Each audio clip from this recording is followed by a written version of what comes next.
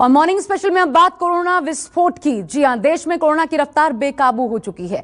Corona बेलगाम होकर दौड़ रहा है और सारे के सारे रिकॉर्ड्स तोड़ रहा है। कोरोना के बढ़ते मामलों के बीच वैक्सीन को लेकर भी राजनीति शुरू हो गई है। आइए आपको हम दिखाते हैं कि कोरोना के हालात आखिर देश में कितने भयावह हैं।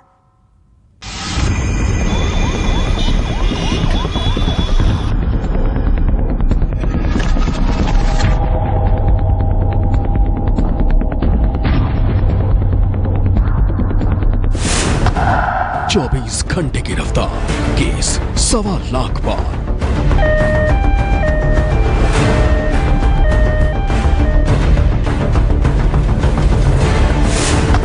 चार दिन 3 बार, केस 1 लाख पार।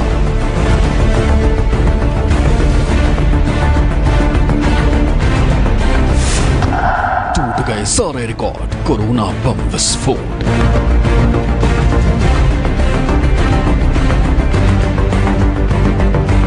कोरोना बम एक बार फिर फूट चुका है। कोरोना का अब तक का सारा रिकॉर्ड टूट चुका है। देश में एक बार फिर वायरस की दहशत फैल गई है। 4 दिन में तीसरी बार मामलों की रफ्तार 1 लाख पार कर गई है। गुरुवार को कोरोना का आंकड़ा 1.25 लाख के रिकॉर्ड स्तर पर पहुंच गया। 24 घंटे में पूरे देश में कोरोना के 1,26,789 केस सामने आए। इनमें एक्टिव केस 66,846 हैं। एक दिन में 685 लोगों की मौत हुई है, जबकि 59,258 लोग ठीक भी हुए। इससे पहले 5 और 7 अप्रैल को कोरोना के मामलों ने लाख वाली छलांग लगाई थी। 5 अप्रैल को एक दिन में कोरोना के 1,03,558 रिकॉर्ड केस सामने आए थे, जबकि 7 अप्रैल यानी बुधवार के दिन 1,15,736 केस रिकॉर्ड किए गए। पिछले एक हफ्ते में 1 अप्रैल से लेकर 7 अप्रैल तक कैसे कोरोना का आंकड़ा 1 लाख के पार पहुंचा, ग्राफिक्स के जरिए आपको ये भी दिखाते हैं। 1 अप्रैल को 24 घंटे में देश में 72,330 मामले सामने आए। 2 अप्रैल को एक दिन का आंकड़ा 81,466 रहा। 3 अप्रैल को 24 घंटे में कोरोना की 89,129 केस दर्ज किए गए। 4 अप्रैल को 93,249 मामले सामने आए। 5 अप्रैल को वायरस ने एक दिन में 1,03,558 लोगों को चपेट में लिया। 6 अप्रैल को यह आंकड़ा 96,982 पर गया। 7 अप्रैल को सबसे ऊंची छलांग लगाते हुए एक दिन में 1,15,000 से ज्यादा केस सामने आए। कोरोना की ये रफ्तार बेहद डरावनी है, इतनी डरावनी जिसके नतीजे बेहद घातक साबित हो सकते हैं। अगर ये रफ्तार इसी तरह जारी रही तो सोचिए कोरोना के हालात क्या होंगे, इसका अंदाजा भी लगाना मुश्किल है। दिल्ली में कोरोना इन्फेक्शन का संक्रमण फिर से बढ़ गया है और बहुत चिंता की बात है कि हमारा जो इस बीमारी का आर फैक्टर है, या जो रेट ऑफ रिप्रोडक्शन फैक्टर है, या रेट ऑफ इन्फेक्टिविटी का फैक्टर है, वो बढ़कर 1.32 हो गया है। इसको सरल भाषा में समझें तो आर फैक्टर ये है कि अगर एक व्यक्ति अपने अलावा 1.32 पर्सन्स को स्टैटिस्टिकली और इन्फेक्ट कर सकता है, इसका मतलब है कि रेट ऑफ इन्फेक्शन कम्युनिटी में बहुत ज्यादा बढ़ गया है। जैसे ये फैक्टर बढ़ता है तो ये हमारे को ये इंडिकेशन है कि अब हमारे को अपनी सोशल डिस्टेंसिंग नॉर्म्स और अपना हैंड हाइजीन और मास्क ये बहुत जरूरी है, और पब्लिक प्लेसेस को अवॉइड करना बहुत जरूरी है, जिससे हम इस रेट ऑफ ट्रांसमिशन को छोड़ सके या इसको ब्रेक कर सके। एक तरफ कोरोना की रफ्तार रिकॉर्ड तेजी से बढ़ रही है, दूसरी तरफ वैक्सीन को लेकर देश में सियासत भी शुरू हो गई है। सबसे पहले आपको दिखाते हैं कि देश में अब तक कितनी कोरोना वैक्सीन की डोज भी दी जा चुकी है। देश में अब तक कोरोना वैक्सीन की करीब 9 करोड़ डोज दी जा चुकी है। कई राज्यों में टीके के इस्तेमाल को लेकर केंद्र सरकार ने सवाल भी उठाए हैं। महाराष्ट्र, दिल्ली और पंजाब को केंद्र ने चिट्ठी लिखी है। इस बीच एक बार फिर महाराष्ट्र के स्वास्थ्य मंत्री राजेश टोपे ने वैक्सीन की कमी का हवाला दिया। सर्व पद्धतीनं समन्वय ठेवला जात आहे। म्हणजे मी VC वर सुद्धा डॉक्टर हर्षवर्धनजींना बोललो, पवार साहेब हर्षवर्धनजींना बोलले, आरोग्य विभागाच्या वतीनं पत्र लिहिण्यात आलं की आम्ही दररोज 6 लाख वॅक्सिनेशन करत आहोत। 7 दिवसाला आम्हाला 40 लाख वॅक्सिन्स लागतातच, आणि त्यामुळे आम्हाला आठवड्याला 40 लाख दिले पाहिजे। एका महिन्यात 1,60,00,000 दिले पाहिजे, तरच आम्ही आमची गती मेंटेन करू शकू। वैक्सीन की कमी के आरोपों के बीच बीएमसी ने वैक्सीनेशन सेंटर्स का एक आंकड़ा जारी किया है।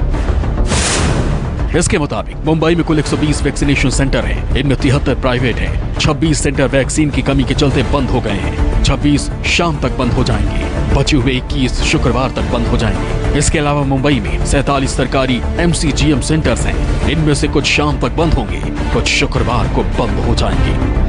महाराष्ट्र जहां वैक्सीन की कमी का रोना रो रहा है, वहीं दिल्ली और राजस्थान की अपनी अलग शिकायतें हैं। हमें मिलकर लड़ना चाहिए। लड़ाई कोरोना से है, राज्यों की और केंद्र सरकार की नहीं है। इस लड़ाई को ना इस तरह से ना करें कि भी राज्य और केंद्र सरकार अलग अलग है। अगर कोई सुझाव देता है तो उसको पॉजिटिव ले लेना चाहिए। अभी नहीं मानना केंद्र सरकार को ना माने, हमने सुझाव दिया ना, और कई सुझाव वो मान भी रहे हैं, पर 2-4 दिन बाद मान रहे हैं। तो मुझे लगता है इसको राजनीति में बिल्कुल नहीं लेना। परसों 5,44,000 लोगों को वैक्सीन लगाई। कल हमने 5,74,000 लोगों को वैक्सीन लगाई। हमने हमारे जो केंद्रीय चिकित्सा मंत्री है, उन्होंने परसों वीडियो कॉन्फ्रेंस की थी 11 राज्यों के चिकित्सा मंत्रियों के साथ। मैंने उनको कहा आप वैक्सीन भेजो, हम 7 लाख वैक्सीन हर रोज लगाने को तैयार है। अब आपको ग्राफिक्स के जरिए दिखाते हैं कि महाराष्ट्र, दिल्ली और पंजाब में अब तक कोरोना टीके की कितनी डोज दी जा चुकी है। महाराष्ट्र की बात करें तो यहाँ अब तक 89,49,000 ज्यादा टीके लग चुके हैं। दिल्ली में आंकड़ा 17,99,000 से ज्यादा है। वहीं पंजाब में 14,78,000 से ज्यादा कोरोना टीके दिए जा चुके हैं। इससे पहले बुधवार को केंद्रीय स्वास्थ्य मंत्री डॉक्टर हर्षवर्धन की तरफ से एक स्टेटमेंट जारी किया गया, जिसमें राज्यों के वैक्सीन डोज की कमी के आरोपों को खारिज कर दिया गया। वैक्सीन को लेकर केंद्र और राज्यों के बीच चल रही खींचतान को लेकर शिवसेना प्रवक्ता संजय राउत ने कहा कि महामारी के हालात में सबको मिलकर काम करना चाहिए। महाराष्ट्र को नीचा दिखाने की, महाराष्ट्र को एक प्रकार से संकट में लाने की, बदनाम करने की ये कोशिश चल रही है। लेकिन डॉक्टर हर्षवर्धन जी से हमको ये उम्मीद नहीं थी। एक दूसरे के ऊपर टीका टिप्पणी न करने से केंद्र सरकार और राज्य सरकार ने एक साथ मिलकर लोगों की सेवा करनी है। इस बीच इस भयानक रफ्तार पर लगाम कसने के लिए कई राज्यों ने सख्त कदम उठाने शुरू कर दिए। पकड़ लिया गया। लेकिन अगर कोरोना से बचना है तो सबसे जरूरी है नियमों का पालन करना, मास्क पहनना और 2 गज की दूरी का ध्यान रखना, क्योंकि दवाई भी और कड़ाई भी। दिल्ली से पल्लवी झा के साथ विनोद जगदाले, मुंबई न्यूज़ 24। और अब आपको ये भी बता दें कि कोरोना की इस बेकाबू रफ्तार को देखते हुए एक बार फिर संपूर्ण लॉकडाउन जैसे हालात भी बन रहे हैं। कई राज्यों ने रफ्तार पर ब्रेक लगाने के लिए कई सख्त कदम उठाए हैं। तो क्या हम देश में एक बार फिर टोटल लॉकडाउन की तरफ आगे बढ़ रहे हैं? क्या देश में संपूर्ण लॉकडाउन लगने वाला है? इस सवाल का जवाब देखिए।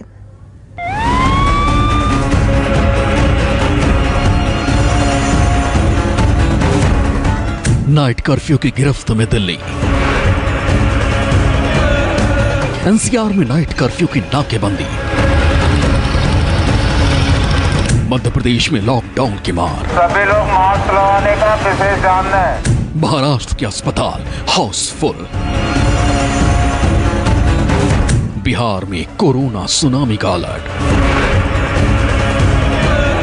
कोरोना ने जो टॉप गियर बदला है, उसे एक बार फिर देश टोटल लॉकडाउन की दहलीज पर आ गया है। नाइट कर्फ्यू और मिनी लॉकडाउन से इसकी उल्टी गिनती भी शुरू हो चुकी है। इस वक्त महाराष्ट्र की हालत बहुत ज्यादा खराब है। मरने वालों की संख्या में लगातार बढ़ोतरी हो रही है। कर्नाटक में धारा 144 लगा दी गई है। दिल्ली में नाइट कर्फ्यू है, बावजूद इसके केसेस में कोई कमी नहीं आ रही है। कोरोना की दूसरी लहर ने सबसे ज्यादा महाराष्ट्र को अपनी चपेट में लिया है। महाराष्ट्र में मुंबई, नागपुर, कोल्हापुर और पुणे में कोरोना महामारी ने विकराल रूप ले रखा है। कोरोना पर काबू पाने के लिए पूरे महाराष्ट्र में वीकेंड लॉकडाउन लगाया गया। वीकेंड लॉकडाउन के साथ साथ पूरे राज्य में नाइट कर्फ्यू का भी ऐलान किया गया। पुणे में बेहद जरूरी सेवाओं को छोड़कर सब कुछ बंद रखने का फैसला किया गया। पुणे में लगातार बिगड़ते हालातों को देखते हुए सेना की मदद लेने पर विचार किया जा रहा है। कोरोना संक्रमण के आंकड़ों में लगातार हो रही बढ़ोतरी बद से बदतर होती जा रही है। 322 लोगों की मौत पिछले 24 घंटे में महाराष्ट्र में हुई है, जबकि 23 मौतें मुंबई में अब तक 24 घंटे में हो चुकी है। आंकड़े लगातार बढ़ते जा रहे हैं। जो राज्य सरकार और स्थानिक प्रशासन की चिंता को और बढ़ा रहे हैं। यही वजह है कि कड़े नियम, कठोर नियम लगाए जा रहे हैं मुंबई और पूरे महाराष्ट्र भर में, जिससे कि आंकड़ों में कमी आ सके, क्योंकि संक्रमण का ये जो आंकड़ा है वो लगातार बढ़ता जा रहा है। यही वजह है कि तमाम जो गैर ज़रूरी शॉप्स हैं या फिर दुकानें हैं उन सभी को बंद करने के लिए कहा गया है। अगर कोई भी खोलता है दुकान और शॉप्स खोलता है या मॉल्स खोलता है तो उस पर कड़ी कार्रवाई की जाएगी। यूपी में भी कोरोना मरीजों का ग्राफ लगातार और तेजी से ऊपर चढ़ रहा है। कोरोना के मामलों को देखते हुए उत्तर प्रदेश में भी नाइट कर्फ्यू की शुरुआत कर दी गई है। यूपी में तेजी से बढ़ते कोरोना मामलों पर सीएम योगी सख्त। लखनऊ, वाराणसी, काशी, प्रयागराज में नाइट कर्फ्यू। एनसीआर में भी नाइट कर्फ्यू लागू। अफसरों को भीड़ भाड़ पर रोक लगाने के आदेश दिए गए। साथ ही आदेश नहीं मानने पर लोगों का चालान करने का आदेश दिया गया। नियम तोड़ने वाली जगहों को तुरंत सील करने के लिए भी कहा गया। तेजी से फैल रहे कोरोना संक्रमण को देखते हुए राजधानी लखनऊ समेत कई शहरों में आज से नाइट कर्फ्यू लागू कर दिया गया है। जानकारी के मुताबिक राजधानी लखनऊ में नगर निगम की सीमा क्षेत्र में रात 9 बजे से लेकर सुबह 6 बजे तक ये कर्फ्यू लागू रहेगा। इसके अलावा जो ग्रामीण क्षेत्र हैं वहां पर कर्फ्यू लागू नहीं रहेगा।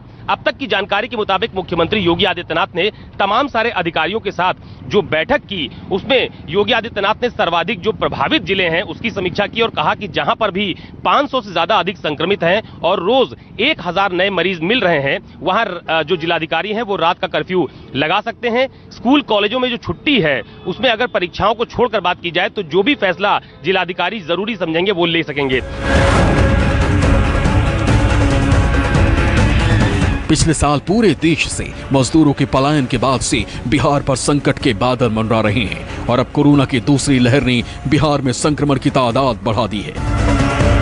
बिहार में हालात ऐसे बन गए हैं कि डॉक्टर विस्फोटक हालात बता रहे हैं। हमको लगता है कि इस महीने के एंड तक बिहार में भी केसेस बढ़ते ही जाएंगे और 15 में या उसके आसपास से फिर केसेस कम होना शुरू होंगे।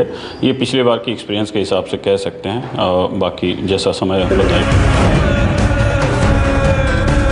महाराष्ट्र के साथ सीमा शेयर करता मध्य प्रदेश भी कोरोना की मार से परेशान है। शिवराज सरकार कोरोना को काबू करने की हर कोशिश में जुटी है, लेकिन फिलहाल हालात बेकाबू ही नजर आ रहे हैं। मध्य प्रदेश सरकार ने छत्तीसगढ़ के साथ बस संचालन को 15 अप्रैल तक के लिए स्थगित कर दिया है। संक्रमण रोकने के लिए ही सरकार ने 13 जिलों में रविवार के बाद अब शनिवार को भी लॉकडाउन की तैयारी कर ली है। जबलपुर, भोपाल और इंदौर में रात 10 बजे से सुबह 5 बजे तक कर्फ्यू लागू। रेस्टोरेंट और पब को 50% संख्या के साथ खोलने की अनुमति दी गई। प्रदेश में आखिरी आदेश तक सभी स्कूल कॉलेज बंद रखने के आदेश दिए गए हैं। सार्वजनिक कार्यक्रमों में 50% लोगों को ही आने की अनुमति दी गई है। हालात ज्यादा गंभीर होने पर प्रदेश में दोबारा लॉकडाउन लगाने पर भी विचार किया जा रहा है। पूरे मध्य प्रदेश में सभी शहरों में शुक्रवार को शाम को 6 बजे से लेके शनिवार, इतवार और सोमवार के सवेरे 6 बजे तक शहरी क्षेत्र बंद रहेंगे, लॉकडाउन रहेगा। कोरोना की बढ़ती रफ्तार को देखते हुए तमाम राज्य सरकारों ने अपने अपने यहाँ सख्ती बढ़ा दी है। ऐसे में जरूरत है कि आप भी सावधान रहें, क्योंकि इस वायरस से बचने का एकमात्र उपाय सावधानी है, वरना पूरे देश को एक बार फिर लॉकडाउन के दंश का सामना करना पड़ेगा। Bureau report, news 24। और देश में लगातार बढ़ते कोरोना के संक्रमण के आंकड़े के बीच वैक्सीनेशन को लेकर भी सरकार सतर्क है। देश में वैक्सीनेशन के आंकड़ों पर अगर नजर डालें तो देखिए, देश में 9 करोड़ से ज्यादा वैक्सीन के डोज अब तक लगाए जा चुके हैं। कुल वैक्सीनेशन अभी तक 9 करोड़ के पार जा चुका है। यह आंकड़ा हालांकि बहुत कम है। 7 अप्रैल को पूरे देश में तकरीबन 30 लाख डोजेस दी गई थी और देश में तकरीबन औसत 34 लाख डोज रोजाना लगाया जा रहा है। अब आपको हम ये बताते हैं कि देश में राज्यवार हो रहे वैक्सीनेशन के आंकड़े क्या कहते हैं। केंद्रीय स्वास्थ्य मंत्रालय के आंकड़ों के मुताबिक देखिए, महाराष्ट्र की बात करें 31,73,261 यहां पर कुल केसेस सामने आ चुके हैं अब तक के, और 11.24% है यह आबादी का। वहीं पर अगर आगे बात करें दूसरे राज्यों की, 90 लाख लोगों को यहां पर वैक्सीन लगाया जा चुका है। केरल की देखिए बात करें, कुल केसेस 11,44,594 यहां पर कुल मिलाकर के केसेस हैं। और ऐसे में कर्नाटक की बात कर ले, यहां पर भी क्योंकि बेतहाशा बढ़ते मामले सामने आ रहे हैं, 10,33,560 मामले कुल केसेस अब तक सामने आ चुके हैं। आंध्र प्रदेश में देखिए हालात क्या है, 9,13,274 मामले आंध्र प्रदेश में भी सामने आ चुके हैं और ये आंकड़े तेजी से बढ़ रहे हैं। सबसे बड़ी चिंता की बात यही है। इधर तमिलनाडु की बात करें, 9,15,386 और तमिलनाडु में अभी खूब जमकर प्रचार भी हुआ चुनाव की वजह से। दिल्ली में देखिए, यहां कुल मिलाकर के 6,98,005 ये केसेस सामने आए हैं और ऐसे में हर जगह पर कोरोना के केसेस में इजाफा देखने को मिल रहा है। उत्तर प्रदेश में भी भयावह स्थिति, 6,45,930 केसेस अब तक सामने आ चुके हैं और एक के बाद एक रिकॉर्ड केसेस सामने भी आ रहे हैं।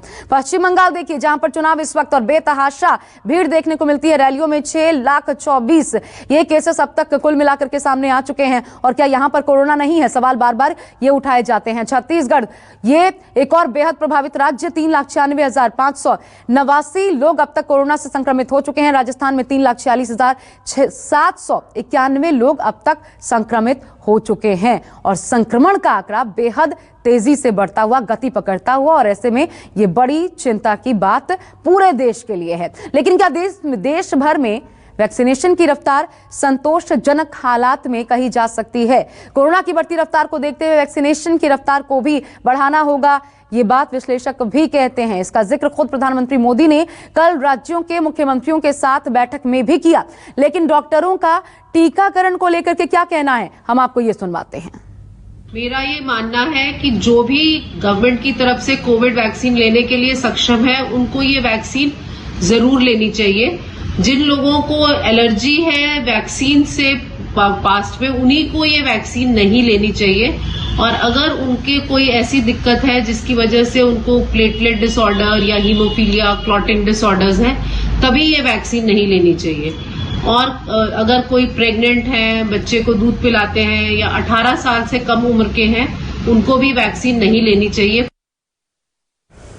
इधर टोटल लॉकडाउन की आशंका के बीच एक बार फिर वही तस्वीरें सामने आ रही हैं जो देश इससे पहले देख चुका है। पिछले साल मार्च में जो तस्वीर नजर आई थी, लोगों के चेहरे पर लॉकडाउन की दहशत देखने को मिलने लगी है। हाल ये है कि लॉकडाउन के डर से लोग फिर एक बार अपना घर बार छोड़कर वापस अपने गांव की तरफ रुख करने लगे हैं।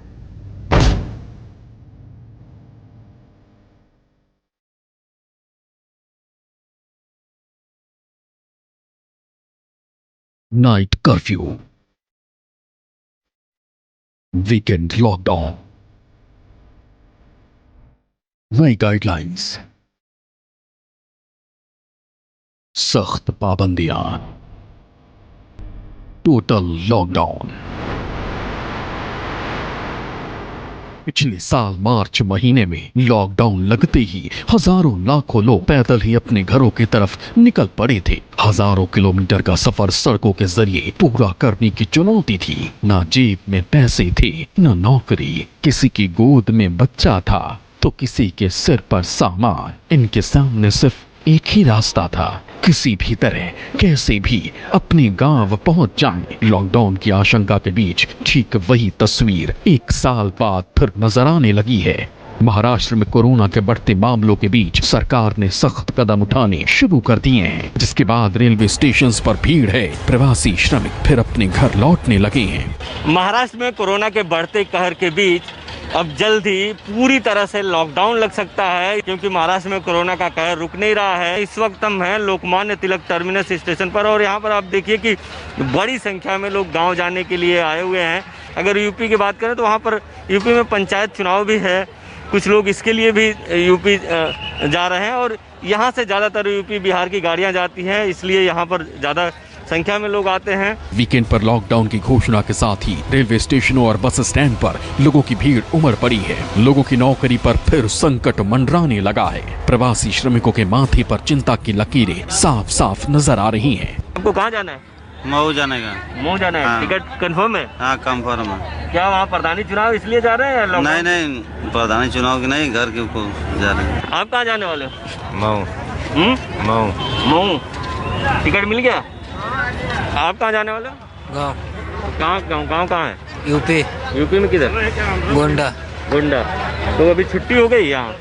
छुट्टी हो गई, गाँव जा रहा हूँ। लॉकडाउन का डर इस कदर हावी है कि फिर से मुसीबत भरे दिन दिखने लगे हैं। लॉकडाउन लगा तो फिर पलायन की स्थिति आएगी, पलायन होगा तो लोगों की नौकरी जाएगी, नौकरी गई तो बेरोजगारी बढ़ेगी, और ऐसा हुआ तो देश की अर्थव्यवस्था का ग्राफ नेगेटिव हो जाएगा।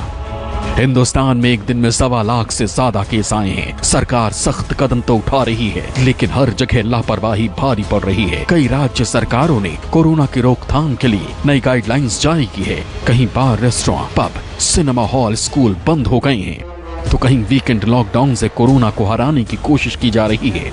इन सब के बीच लौटते हुए इन प्रवासी श्रमिक की ये तस्वीरें परेशान करने लगी है। इंद्रजीत सिंह, मुंबई, न्यूज़ 24।